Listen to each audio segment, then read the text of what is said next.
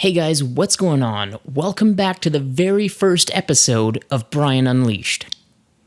What the hell is that? Well, that is the video where I sit here and unleash about whatever the heck I want to talk about, and you guys are either forced to watch it or turn off this video. And I didn't really think that through. So first things first, I hope that everybody is living the quarantine dream in these crazy times. It's absolute madness out there with this whole pandemic, this beer virus, I guess, so everybody stay safe out there, or in here. I guess you're probably inside. I hope you are anyways. Please, social distancing, all that good stuff. Physical distancing, social distancing, I don't know. Anyways, moving right along. What am I talking about? Who knows? Not even I most of the time. Okay, so let's jump right in here. Sorry for the clickbait title. I actually love My Hero Academia, and I look forward to all of your angry comments below. I'll read them all, I promise. So for anybody who hasn't seen My Hero Academia, it takes place in a world where almost everybody has a special ability or a power, which they call a quirk in this universe. Now, these can range from anything like making whatever you touch float to shooting a laser out of your belly button. And yes, this is a real thing. Now, as somebody who grew up in the Western comic book world, reading a lot of like DC and Marvel, all that kind of stuff, Spawn, this is where it gets a little bit ripoff-y. Ripoff-y? Is that even a word? I don't know. I just made it one. So pretty much every major hero in this world, or this universe of My Hero Academia, is a direct ripoff of a major Western comic book hero or villain. You have guys like Endeavor, who is clearly the Human Torch. You have Mount Giantess, who is a clone of the Wonder Woman villain, Giantess.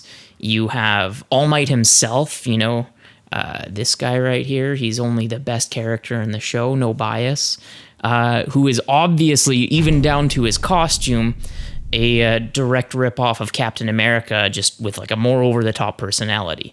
Now, of course, that's not saying the show is bad. It's got a lot of really cool things going on for it, too. One of the best things that the show has going for it is that it's a very like anime Japanese take on this sort of universe, as opposed to something like The Boys or Umbrella Academy, which can be pretty serious most of the time in terms of maybe a slightly darker tone. This is very bright, very cheerful. It's got that typical anime vibe, which is, it kind of gives it a unique perspective. So take All Might, for example. He's kind of the face of the show a little bit. He isn't the main character, ironically, but we'll get to that later. He's like I said before, he's a lot like Captain America or Superman, kind of in one of those like, haha, do good type personalities, but everything about him is so blown out of proportion, over the top, it's hilarious. Like his signature line, it's not, like truth, justice in the American way, it's I am here. His ringtone is literally him. Like his ringtone, he picks up a cell phone at one point in the series, and his ringtone is of him announcing that he has an incoming phone call. Like, who does that? It's ridiculous. And so they kind of make fun of themselves. They don't take anything too seriously, which is great. Okay, so I've mentioned some of the characters, but if you've never actually seen the show, you have no idea what the crap I'm even talking about. So here's like kind of a brief synopsis of the show. And for anybody who hasn't seen it, sorry, this might give away some of the first season. And yes, I say sorry. I'm Canadian. I'm from Vancouver. Shout out to my hometown hero and real life best friend, Ryan Reynolds. Okay, so like I mentioned at the beginning of this video, in this world, I think it's like 80% of the population has quirks. Please comment if you remember the exact number. I can't. But anyway, in this universe, almost everybody has some form of ability. Most of them are pretty minor, inconsequential, but some of them are super powerful. And a lot of people, of course, use this power to become criminals, go after easy money, rob banks, convenience stores even. So the government sets up different hero agencies as a means to combat this and, entice people into becoming heroes. And by the time our story takes place, they actually have hero schools. UA, of course, being the most prestigious, and that's where the majority of this story, at least so far, we're in season 4, takes place. Now, the main character is a little boy named Izuku Midoriya. Again, no bias in this video whatsoever. No one will be able to figure out who I like and who I don't like.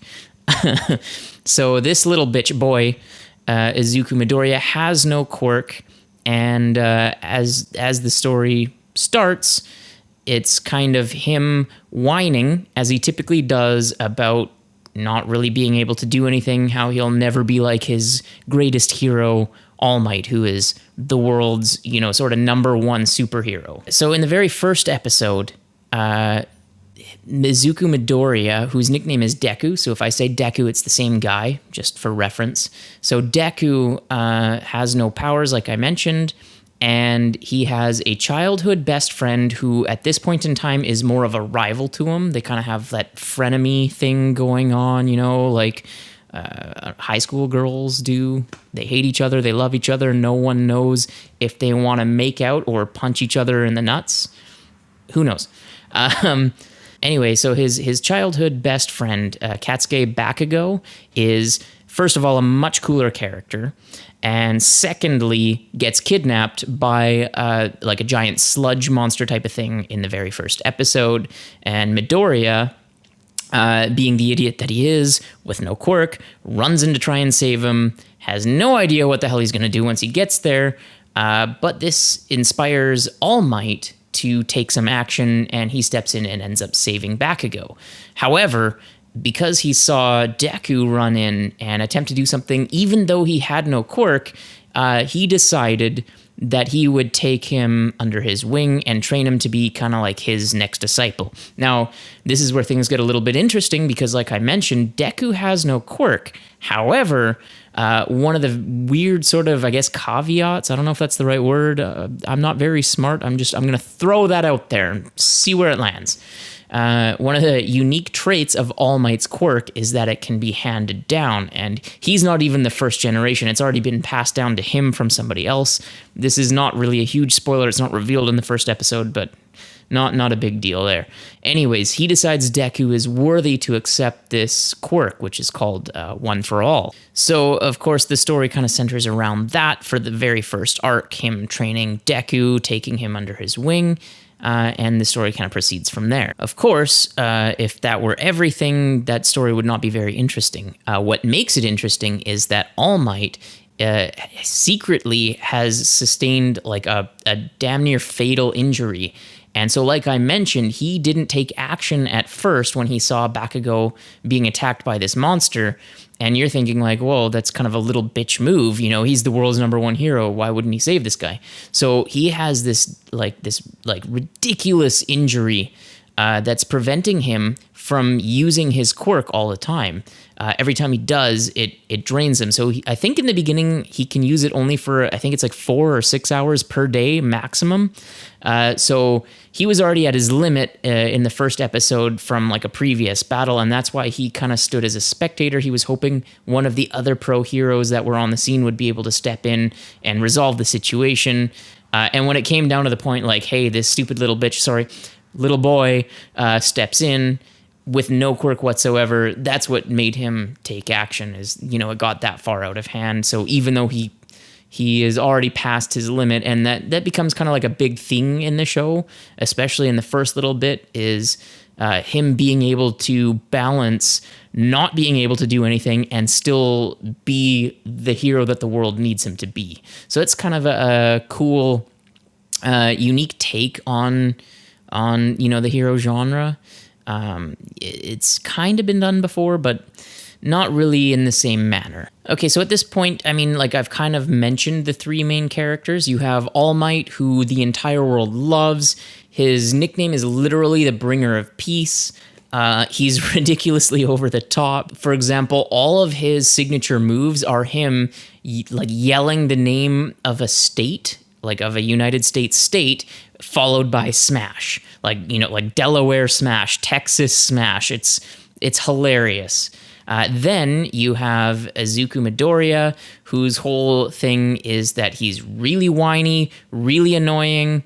Like, all the Deku fans are going to hate me, but like, that's kind of his character, though. He overanalyzes everything, which is both a strength and a weakness. He's kind of a nerd. Like, if a nerd got ridiculous superpowers and then just kind of wasn't used to being able to do things with them, especially in the beginning.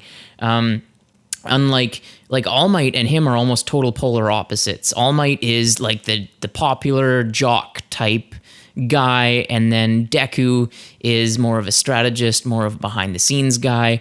And so a lot of times in the show, he'll use that to his advantage, where he analyzes his opponent and exploits their weaknesses, as opposed to like a brute force approach. And then finally, you have the much cooler Bakugo, who is just eternally angry at everything for no real reason, which is, it's hilarious to watch. And it's a great kind of counterpoint to Izuku's kind of more not laid back, more like subdued personality is this guy who is so explosive. Literally, his quirk is that his sweat is like napalm and it explodes. So he's it's kind of one of those, like, the quirk mimics his personality, or vice versa. I don't know. Maybe because he's so explosive with his quirk, he's also very fiery and hot-headed. Who knows? Pretty much any time that Bakugo is, having some screen time, he's just screaming at people. Scream time. Okay, so if you're like me, if you're a guy who's already grown up reading Western comics, why the hell would you watch a show that's, it's basically a world you've already seen. It's just filled with people with superpowers. What am I gaining out of this? Okay, so first thing is, it's definitely a unique spin on the genre. So like I mentioned before, this isn't like The Boys or Umbrella Academy, which, hey, well, they're both really good shows. They're not really bringing a whole lot new to the table. It's almost more like, with those shows, it's almost more of a parody or a satire to some extent, especially The Boys. They just make fun of friggin' everything in a dark way. But this is, like I said, it's a very lighthearted approach to the genre. It's not like, I have superpowers, so I'm a misfit, like that X-Men arc, which was all of them. And neither is it really like a direct, with great power comes great responsibility, Spider-Man type of thing, even though the character does start in high school, kind of like Peter Parker does. It's not really that. You do have All Might, who's maybe a little bit like Truth and Justice in the American way, Japanese way, I guess. It takes place in Japan. But it's not that. And then, you have the whole Batman, I'm angry and I swear vengeance on you and your wife and your dog and your cat, but not your rabbit. I like your rabbit. And your son. Bakugo is maybe a little bit like that, but hey, he's also 16, so it's not really that either. Like, this is kind of a new twist on, the whole genre's been done to death, but I don't think it's ever really been presented in this way before. So if you're getting sick of the same old, this is a cool new world to explore, which maybe it might have some familiarity to you, but at the same time, it still feels fresh and new, not like something you've seen a million times already. The other reason that you may really enjoy this show, I kind of alluded to it already, but it's, if you are based in the world of Western comics and you haven't seen a lot of anime like myself, I'm not a huge anime guy. I've seen a few of the main ones, like the Dragon Ball Z. Yeah, Z. I'm from Canada, like I said. I've seen some of the main ones, but I'm not a huge anime guy. This is kind of like a nice bridge. It's a nice, like, starter anime. It does have some of the bad stuff that is typical in anime, like really crappy filler arcs, but the characters are lovable enough that they make up for that. And by the way, I mentioned sort of like a brief overview of the characters. If you want me to do like a more in-depth video of my take on your favorite character, let me know. Like, this is a universe that's really fun for me. So, and I have no bias. I just have very strong opinions. And I'd love to share my take on, whatever your character is. Anyways, getting back to that, I'm not a huge anime guy. Like I said, I can't even watch, the Japanese version with the subtitles. Which, hey, yes, boo! I can already hear you guys booing, you hardcore anime fans. But I have a good explanation, which is I don't have ADD. I just have, hey, look, a squirrel. For me, it's really hard to just sit and stare at a screen for that long a period of time without getting bored. So I like to put anime on and then also maybe do something on my phone or something else at the same time. And if I'm reading everything and I look away, then you miss something. Whereas at least if it's being spoken to me, I still kind of know what's going on. So that's my reason. That's my explanation, and I'm sticking to it. Anyways, guys, that'll do it for me for now. So if you liked this video, then Falcon punch that like button. And as All Might would say, United States of smash that subscribe button for more content when it comes out. I'm out.